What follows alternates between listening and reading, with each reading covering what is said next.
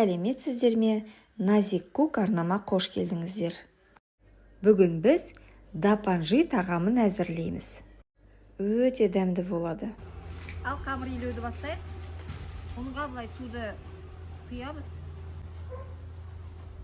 Алғанынша жұмсақ қамыр илейміз. Судың ішіне тұз араластырдық. Мөлшерін жазамын, құрамдарын. Қамыры кәдімгі лағмандыкіндей болады. Қамырымыз 10-15 минут демалады. Мына тауықтың мынандай жерлерін алып тастайық. Мына филе жағы. Соны төрт бұрыштап тураймыз.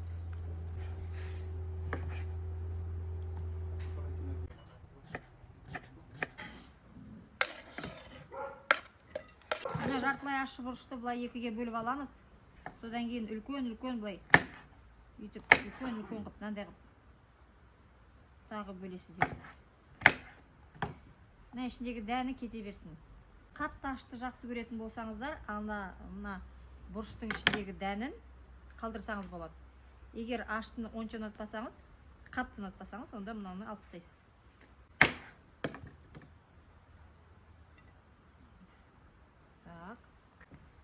Мынандай картоп болса, бір рез былай бөлесіз, және ортасынан бір бөлесіз. Сонда 4 бөлік шыға келеді. Ал бәрін жасап болдық. Жүріңдер қазанға бар. Қуырайық бәрін.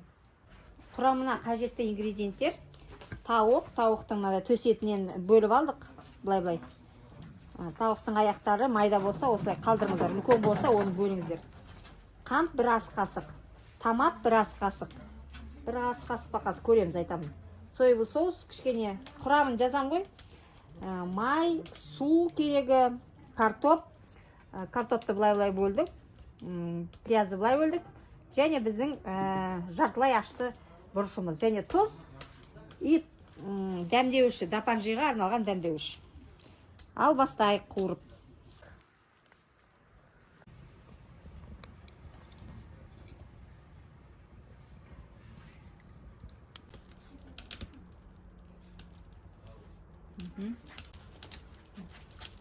Бір ас қасық қантымызды саламыз.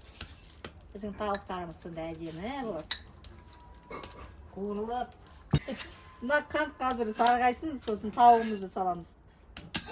Болды, сарғайды, жоқ болып кетті. Ал, бір табақ тауығымызды қуырайық. Бісміллә.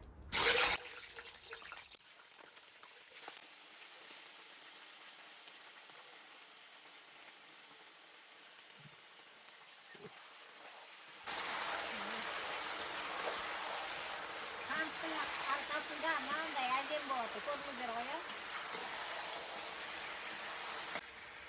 Ал томат кетті. 2 ас қасық салдық томаттан. Тауымыз әдем болып қызару керек қазір.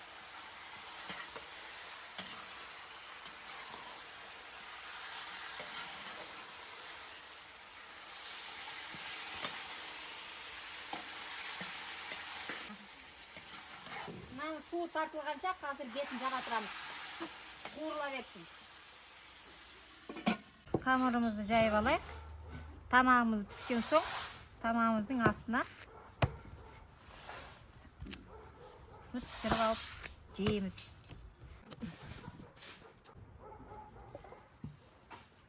Майымыз жағып аламыз. Майымыз сіңіп жақсы болып тұрады қазір біз тауығымыз піскенше. Ал, осыны бұлай демалдырып қоямыз. Осылай демалап жатсын. Тұздаймыз. Мынандай дапанжиге арналған дәмдеуіш бар. Содан 1 ас қасық.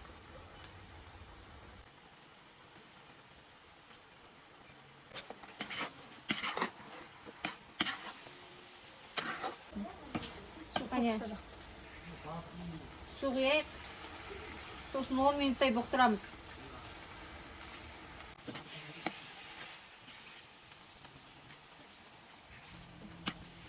2 килограмм тауыққа арналған рецепт болып жатыр. кейін тауыңыз азырақ болса, мысалға томатын азырақ саласыз дегендей ғой. 200 мл су кетті.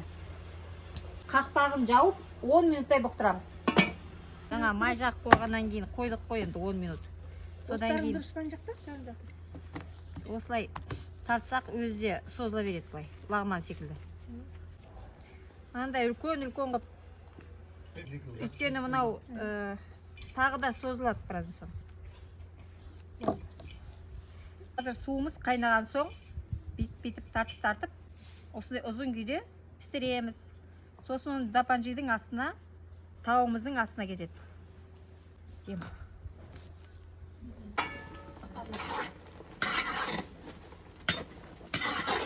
Араластырамыз.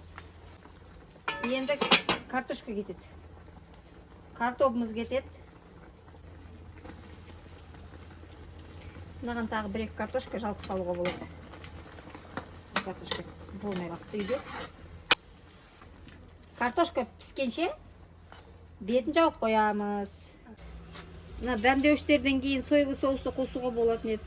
Бірақ біз қосқан жоқпыз. Кішкене су құямыз. Су дапанжидың ортасына дейін болып тұру керек. Сонда нанды түсіргенімізде әдемі сочный кішкене су болу. Тарта саласыз, бол. Міне, көрдіңіздер ме? Өз созылып тұр ғой. Мә, оны анда-санда бүйтіп ұруға болады, лагман секілді. Тез созылады онда. Осылай міне тарта саласыз. Көрдіңіздер ғой, Видео ұнап жатса, тіркеліп қоюды ұмытпаңыздар. Міне картошкамыз пісейін деп қалды. Картошка пісейін деп қалғанда мыналарымыз саламыз. Уже дайын болайын дегенде.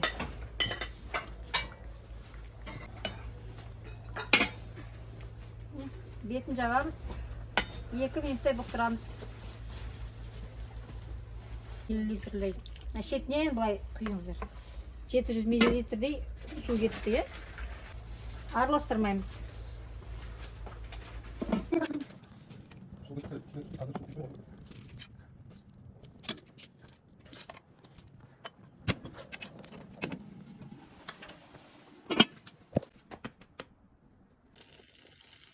Тамағымыз пісімілі деп салайық.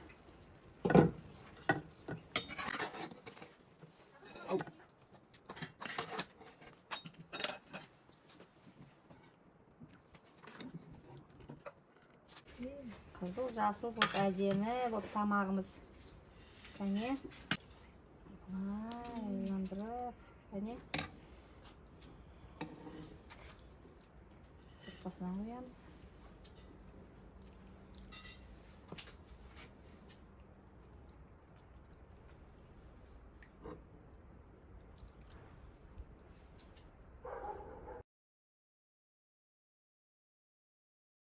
Үлкен бір табақ алсаңыздар, бір табаққа сыйдыруға болады.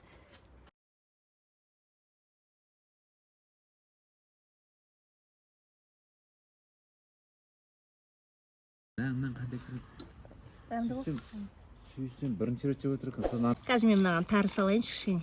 Өбір жағынан бұның бәрін біліп аласың ғой. Шіркін-ай, тарыдан самауырдың шайын дапанжымен. Астарыңыз дәмді болсын.